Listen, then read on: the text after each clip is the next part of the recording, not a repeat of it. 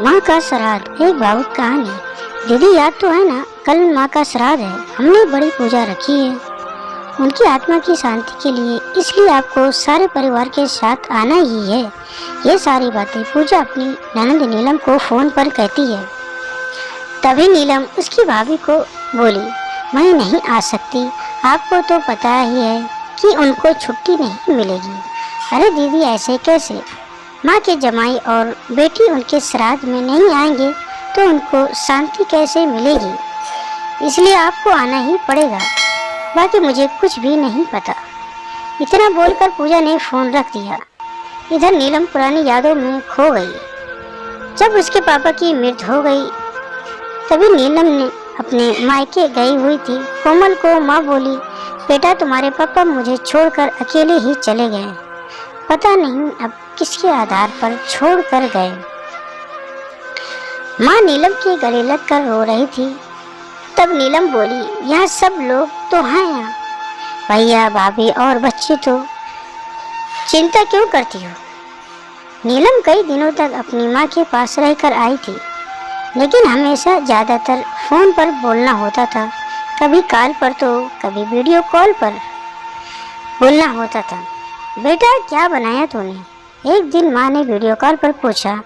माँ आलू की सब्जी और रोटी बनाई है, नीलम ने जवाब दिया। माँ बोली, अरे वाह। सब्जी का नाम सुनते ही माँ की आंखों में एक अलग ही चमक देखने को मिली जो नीलम को दिखी। तभी नीलम माँ को बोली, माँ तुम्हें खाने का मन हो रहा होगा तो भाभी को बोलो बना कर दे। नीलम हंसते हुए माँ से बोली। तभी माँ बोली, नहीं नहीं, अब इस उम्र में आलू कहाँ पचते हैं, मैं तो ऐसे ही बोल रही थी। जब तुम्हारे पापा हुआ करते थे तब बहुत बार बनाती थी। भाभी का तो नाम लेते ही जैसे माँ की आंखों की चमक गायब सी हो गई। माँ ने कॉल रख दिया। माँ को क्या हो गया, ऐसे क्यों बोल रही थी, वह सब ठीक तो होगा ना। नीलम अपने आप से बातें कर रही थी। ऐसे बहुत बार खाने की बातों पर बातचीत होने पर माँ की आंखों का भाव बदल जाता, लेकिन ऐसा क्यों वो समझ नहीं पाई। लेकिन इसके पीछे का राज उसकी समझ में आया जब वह छुट्टियों में 2 दिन के लिए मायके गई थी। एक दिन नीलम माँ के कमरे में माँ के साथ गपशप कर रही थी। तभी दीदी खाना खाने चलो। पूजा माँ के कमरे में आकर नीलम को बोली, चलो माँ तुम भी खाना खा लो। नीलम उठते उठते हुए बोली, अरे दीदी नहीं नहीं, माँ को क्यों तकलीफ देना, वह यहीं पर ही खाना खा लेंगी, आप चलो। पूजा बोली, लेकिन भाभी लेकिन वेकिंग कुछ नहीं दीदी, आप चलो, माँ के घुटनों में दर्द होता है इसलिए माँ कमरे में ही खाना खाती है। पूजा स्पष्ट रूप से बोलती, तो फिर भाभी मेरा भी खाना यहीं पर लाओ, हम दोनों साथ में खाना खाएंगे। ऐसे नीलम अपनी भाभी को कहती है। इस पर पूजा कुछ नहीं बोल पाई, लेकिन नीलम को साफ तरीके से समझ में आ गया कि पूजा को यह सब पसंद नहीं आया। वह चुपचाप वहां से निकल गई और थाली में पूरी सब्जी, रायता, अचार लेकर आई और माँ के लिए खिचड़ी। माँ यह क्या है, तुम यह सब नहीं खाने वाली हो क्या। नीलम माँ को बोली। उतने में पूजा बोली, अरे दीदी माँ को यह सब हजम होता ही नहीं, इसलिए मैं उनको खिचड़ी और दाल ही देती हूँ। इतना बोलकर पूजा वहाँ से निकल गई। माँ ने अपनी प्लेट उठाई पर माँ का ध्यान नीलम की प्लेट पर ही था। यह देख नीलम सुन सी पड़ गई। उसने माँ के मुंह में एक पूड़ी का निवाला डाला, लेकिन माँ ने मना कर दिया। तब नीलम ने अपनी माँ की आंखों में वही भाव देखा था जो वीडियो कॉल पर देखा था। पता नहीं भाभी का डर था या लड़की के निवाले का मुंह था। तब भी नीलम ने पूरा खाना माँ को खिलाया और खुद खिचड़ी खाने लगी। 2 दिन नीलम वहीं पर थी और कोमल माँ को उसकी प्लेट का खाना खिलाती और खुद खिचड़ी खाती। ऐसे 2 दिनों तक चला। माँ के बहुत मना करने के बाद भी नीलम मात्र जिद में माँ को खाना खिलाती थी। वह बोली, भैया मैं कुछ दिनों के लिए माँ को अपने घर ले जाती हूँ। घर जाने से पहले नीलम ने अपने भाई राहुल को पूछा। वह बोला, क्या तुम्हारा दिमाग खराब हो गया है क्या? लोग क्या कहेंगे? बेटा माँ को तकलीफ देता होगा, इसलिए माँ अपनी बेटी के घर रहती है।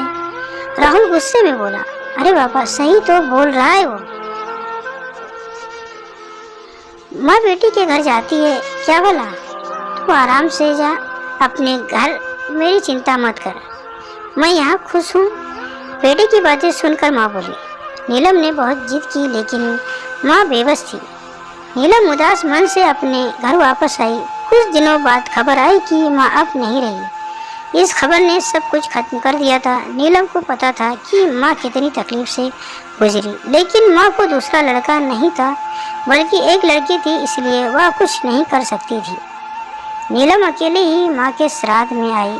आज माँ के श्राद्ध में 56 तरह के भोग बनाए गए। सब लोग मजे से खा रहे थे। लोगों ने पूजा और राहुल की काफी तारीफ की। दुनिया में सबसे अच्छा बेटा और सबसे अच्छी बहू कह रहे थे उन्हें। माँ के गुजर जाने के बाद इतना विचार कर रहे थे तो माँ जिंदा थी तब कितनी सेवा की होगी दोनों ने। नीलम दुखी होकर माँ की तस्वीर की तरफ देख रही थी। तभी दीदी चलो आप भी खाना खा लीजिए, पूजा नीलम को बोली, जो माँ के रूप में माँ की तस्वीर सीने से लगाकर रो रही थी। वो बोली, नहीं भाभी मुझे नहीं खाना। लेकिन क्यों? आप नहीं खाना खाओगे तो माँ की आत्मा को कैसे शांति मिलेगी? पूजा नीलम को बोली, भाभी जिस खाने के लिए मेरी माँ जब जिंदा थी तब तरसती थी, उसे मरने के बाद दे रहे हो तो वो कैसे तृप्त होगी? सोच कर देखो एक बार, आज अपने पकवानों का ढेर लगाया है। माँ जिंदा थी तब आपने उनकी मनपसंद खाने के 2 निवाले खिलाए होते तो माँ वैसे भी तृप्त हो चुकी थी। वही माँ का असल में श्राद्ध कहलाता। यह जो भी हो रहा है वह सिर्फ एक दिखावा है। इसकी वजह से माँ कैसे तृप्त हो पाएगी? और जो घर से मेरी माँ अतृप्त होकर चली गई, वह घर से मैं कैसे खाना खा सकती हूँ भला? नीलम चिढ़कर पूजा से बोली। तभी वहाँ पर राहुल भी आ गया। भगवान की लाठी में आवाज नहीं होती है भैया भाभी, वो जब भी किसी पर पड़ती है ना तब जख्म बहुत गहराई तक और न भरने वाली होती है। आप भी तो 2 बच्चों के माता पिता हो, लेकिन मैं भगवान से दुआ जरूर करूंगी कि आप जब तक जिंदा हो तब तक आपको अतृप्त न रखें। माँ ने तो अपना वनवास भोग कर कहीं नया जन्म लिया होगा, लेकिन आपकी जिंदगी बहुत बड़ी है। नीलम यह सब बोलकर माँ की तस्वीर लेकर चली गई। पीछे पूजा और राहुल की गर्दन शर्म से झुक गई। दोस्तों आशा करते हैं ये कहानी सुनकर आप सबको जरूर अच्छी लगी होगी। अगर अच्छी लगी होगी तो हमारे चैनल को लाइक और सब्सक्राइब जरूर करिएगा और बेल नोटिफिकेशन को ऑल कर दीजिए ताकि अगली कहानी की वीडियो आप तक तुरंत पहुंचे। पूरी कहानी सुनने के लिए आप सबका बहुत बहुत धन्यवाद। और ये कहानी आप सबको कैसी लगी कमेंट में ज़रूर बताइएगा।